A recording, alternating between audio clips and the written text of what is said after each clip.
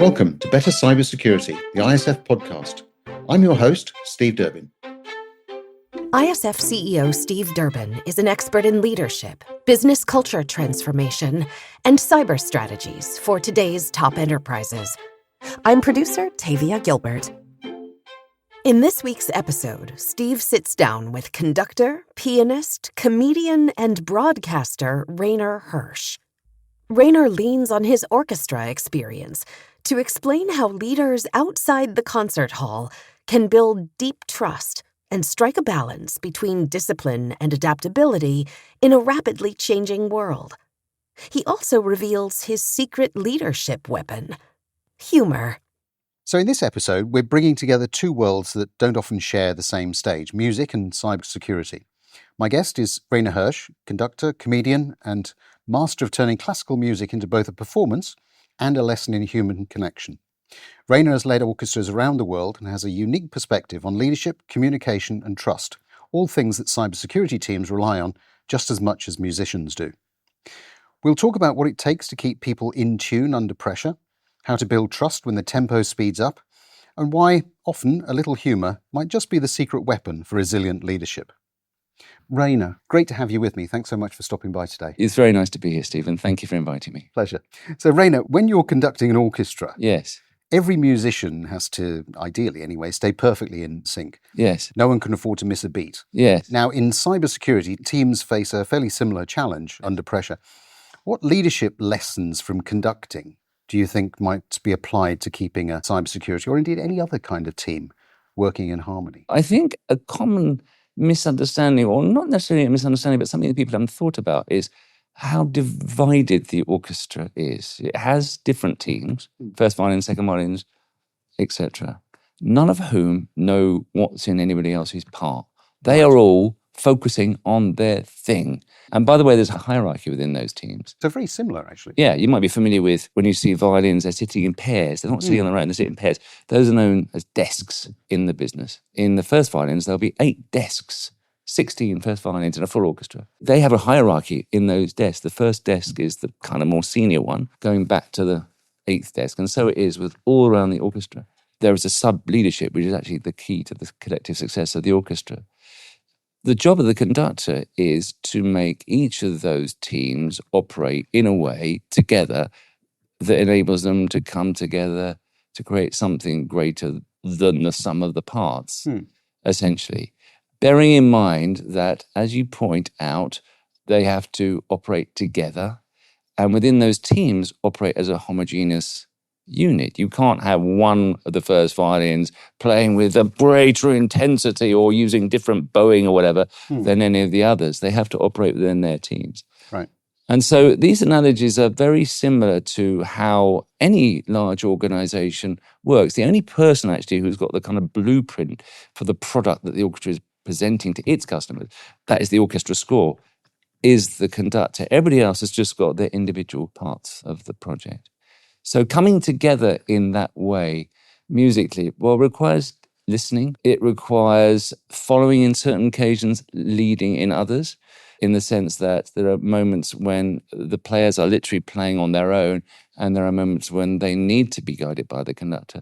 And there are moments when individuals in the orchestra have solos. A beautiful oboe soliloquy happens.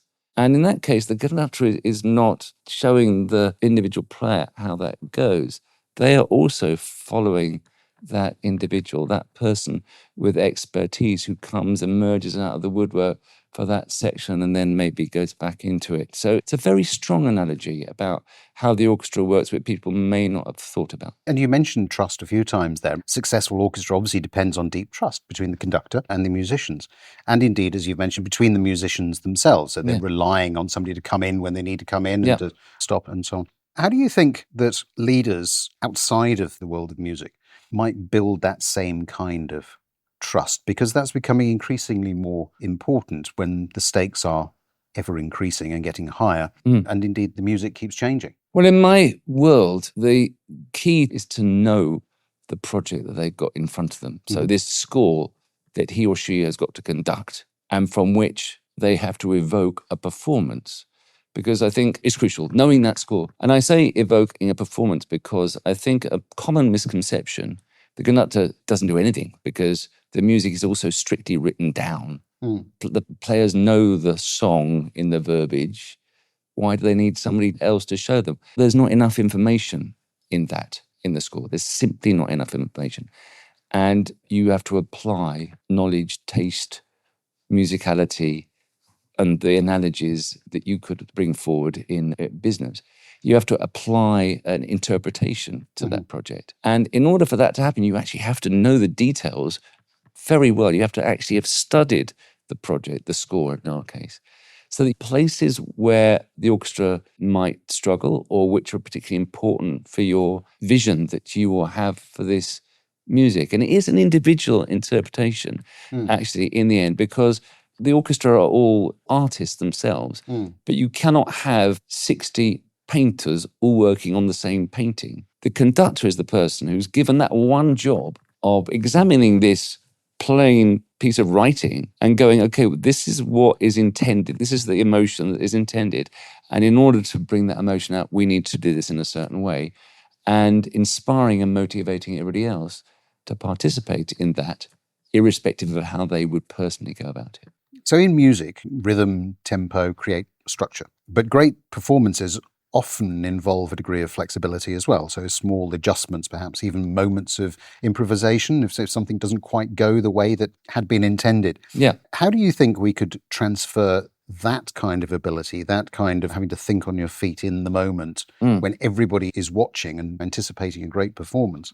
How do you think we might transfer that out into the business world so that we can perhaps find some of the same balance between discipline and adaptability and when responding to fast-moving threats or challenges? I wouldn't presume to suggesting a route by which that might happen. I would only comment on what I personally experience.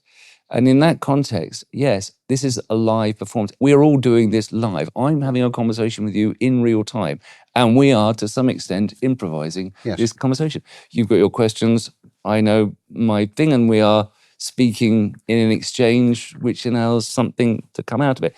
So in circumstances, in any live performance, that includes, of course, what happens in business, the business operation, things can go wrong, and that it's a frequent event.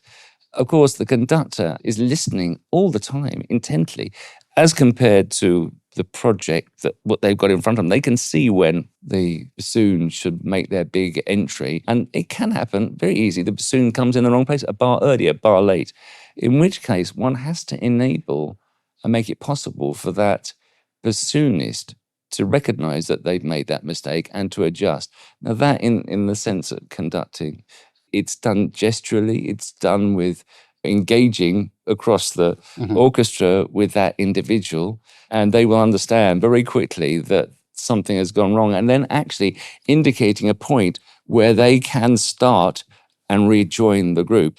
There are moments in every orchestral score, it's not a completely amorphous being that has no waymarks in it, and I will be showing the bassoonist where they can rejoin the ensemble. But the basis of that is listening, actually. The orchestra has one golden rule, as does the conductor, which is to listen and react to what is going on all the time. It's not good enough just the beating of the conductor. Somebody thinks that the conductor is absolutely God, which is the alternative version to the conductor does nothing. There's a Bugs Bunny cartoon where he goes to the Hollywood Bowl and he's holding up his hands and the singer keeps singing for as long as he holds up his hand. You might have seen that. Yeah. That's just not what the conductor does. The conductor isn't writing the music. The conductor is interpreting this thing that they've got in front of them. But the key to that is listening and being part of the ensemble, but the part of the ensemble who has got all the information as opposed to the partial information that is dotted around the orchestra. If the orchestra listens properly, there is a lot of music that they can accomplish on their own, where without making mistakes, without getting in the wrong place. Music which doesn't have maybe the influences which you're talking about, which it doesn't change in tempo, or it doesn't change in character. For example, let's say a march. Such a piece just carries on. Literally, you can give a downbeat to start the thing off, go off and have a cup of tea, and come back to receive the applause. It's literally as simple as that, because the music is so regular that the players also They can all count to 4. They don't need somebody going effectively visually 1, 2, which is what a conductor is doing. Like, it's basically visualizing the numbers of the beats or making into a visual language the beats. But the problems occur usually in moments of change, which is an analogy to what you're talking about. And it's that where the conductor is crucial and can help the orchestra adjust to new tempi and show them what that new environment is like from a central source, actually, because it's the conductor who's saying, this is how we're going to do it this time, guys. And this is what my vision of this music is. And the trust that exists between the orchestra and the conductor allows them to go, okay, we will do that. They don't say to themselves, well, he wants it at this tempo, but actually the second violins think that's a very poor tempo, so they carry on playing whatever it is. That doesn't work in the orchestra. They have to trust the conductor and the taste, musicality, and technical knowledge of the orchestra in order that they've arrived at a vision for this piece, which is going to arrive in a satisfactory performance for the customers of the orchestra, which is the audience. Conductors lead mostly through gestures, Yeah. presence, not lengthy instruction. So in your experience, what can that teach us about leadership outside? Because you've mentioned that, musicians will have their own way perhaps of expressing themselves. And so your job is almost to bring all of that together in pursuit of the common goal that they've all got. How do you do that? Or how could we translate that, do you think, into outside of the world of music, into the world of commerce or cyber, where clarity and coordination are absolutely critical? What are some of the things that you do with your orchestra to get them to that end point where everybody at the end of the performance goes, wow, that was fantastic. That was one of the best interpretations of whatever it might be that we've ever seen. The conductor uses gestures for a good reason, that this is an experience for the ears. And if the conductor started shouting, well, Steve, louder, trumpets, or whatever, they would wreck the gig. So there's a practical reason why this is done silently, but not during the rehearsal stage. Now, the rehearsal is our briefing, if you want. So we have this project, new project, which let's say for the sake of argument, nobody has seen before. Right. In fact, the great works of the repertoire, most of the musicians would have played several times, sometimes a lot more than the conductor, by the way, which can be a little bit of an issue with, you step in front of one of the Birmingham Symphony Orchestra and say, Beethoven 4, everybody. Now, I've got this idea about Beethoven 4, that Beethoven, just at the beginning of his deafness, and this is what we should do. And they go, really, guy? We have to convince people that this vision you have for this thing is a studied, considered, and worthy interpretation. So you use gesture for that. And you make sure that people understand your language, I think. That's the other thing. Conducting is codified in a way. What essentially the conductor doing is showing beats. A piece like the Paths of the Blue Danube go. Da, da, da, da, da, da, da, da. No, actually, it doesn't go like that. It goes.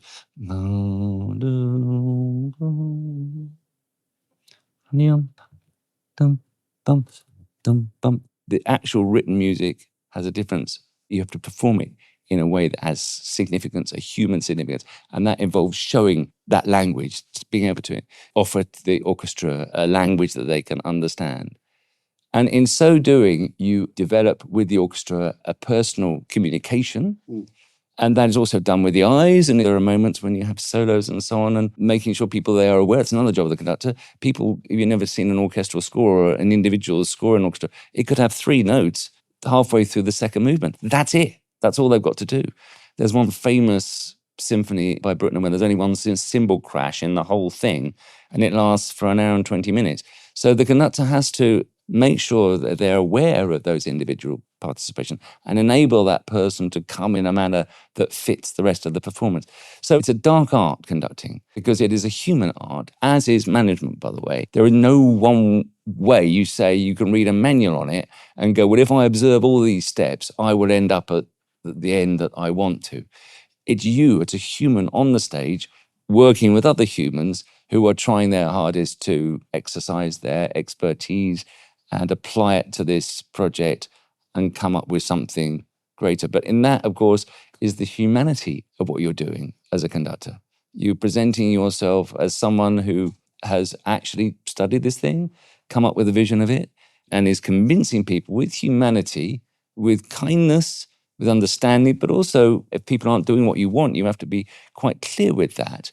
You don't single out individuals and humiliate them in front of the rest. And using humor is another way. You talked about that. And that is, of course, my secret power, if you want. I started my life in stand-up comedy. I started my life in music. I added stand-up comedy, and I brought the music back, basically.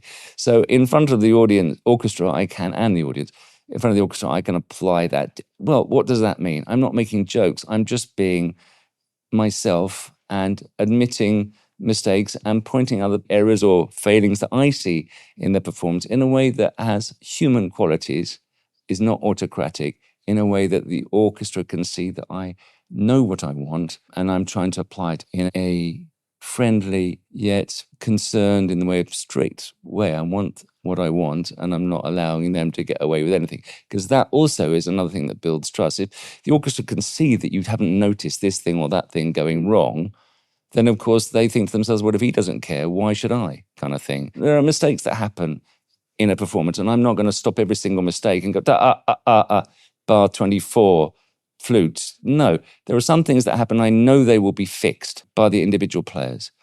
In a rehearsal, something happens, they miss the cue. I'll say, that'll be all right in the performance, won't it? Yes, it will. They've seen that I've seen it, and that's enough for them. So that's the way the orchestra works. That's the way the conductor offers themselves. And the ones that are successful have all of those facilities in a heightened sense, so that the orchestra can really see that when the person is standing in front of them, they are actually increasing value in what the orchestra does. They're not just metronomically beating their way through the music, just directing the traffic, so to speak. They're actually bringing a quality to it which would not be there were they not there.